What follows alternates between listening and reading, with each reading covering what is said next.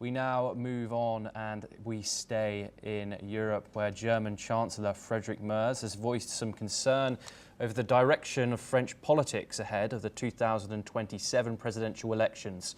Speaking to reporters, Merz warned of a possible surge in far-right support, calling it a risk not just for France but for European stability. Let's take a listen to what he had to say.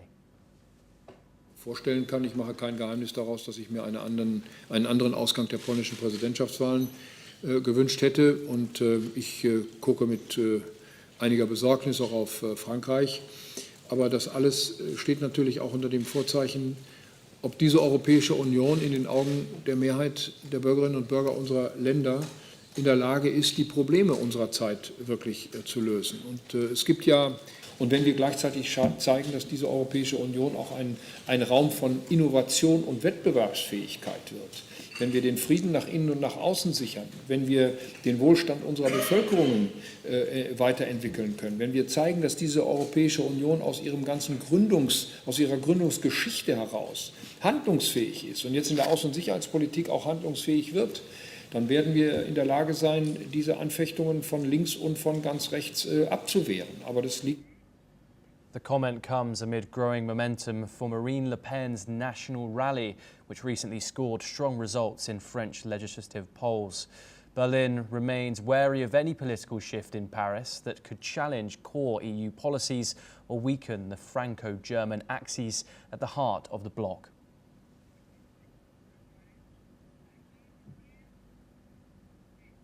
Now we move to another update from Europe, where Hungarian Prime Minister Viktor Orbán said that the European Commission's proposed new budget lacks clear strategic foundations and would ruin the European Union. He believes the budget will not survive beyond next year, and the Commission will either have to withdraw it or gradually backtrack on it. Orbán also criticised the plans to allocate money to Ukraine and the proposed changes to farm subsidies.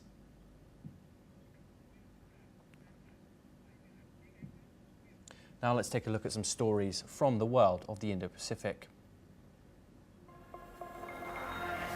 Cathedral in Nagasaki has received the final piece of its long-awaited restoration nearly 80 years after being destroyed by the second US atomic bomb, a replica of its original bell, recreated by a group of Americans. Named the St. Katari Bell of Hope, the bell was blessed by Archbishop Peter Mishaki Kamarura in a ceremony at the Ukakami Cathedral attended by more than 100 people. The bell will be installed in the cathedral's previously empty tower on August the 9th, marking the anniversary of the 1945 bombing. North Korea has halted foreign tourist access to its newly opened Wonsan Karma Beach Resort, casting uncertainty over a high-profile project previously promoted by leader Kim Jong-un. A notice on DPR Korea Tour, the country's official tourism site, announced that the resort on the eastern coast is temporarily closed to international visitors. No explanation or timeline for the ban was provided. Hong Kong has tightened its prison rules, giving authorities new powers to restrict visits on national security grounds. Under changes effective on Friday, magistrates can now bar certain lawyers from contacting inmates if deemed a threat to security or safety. Visits by religious personnel, such as chaplains, may also be restricted. The Correctional Facilities Department says the measures aim to maintain order and rehabilitation, but critics warn the changes may erode inmate rights, particularly for those jailed over political activism following the 2019 protests.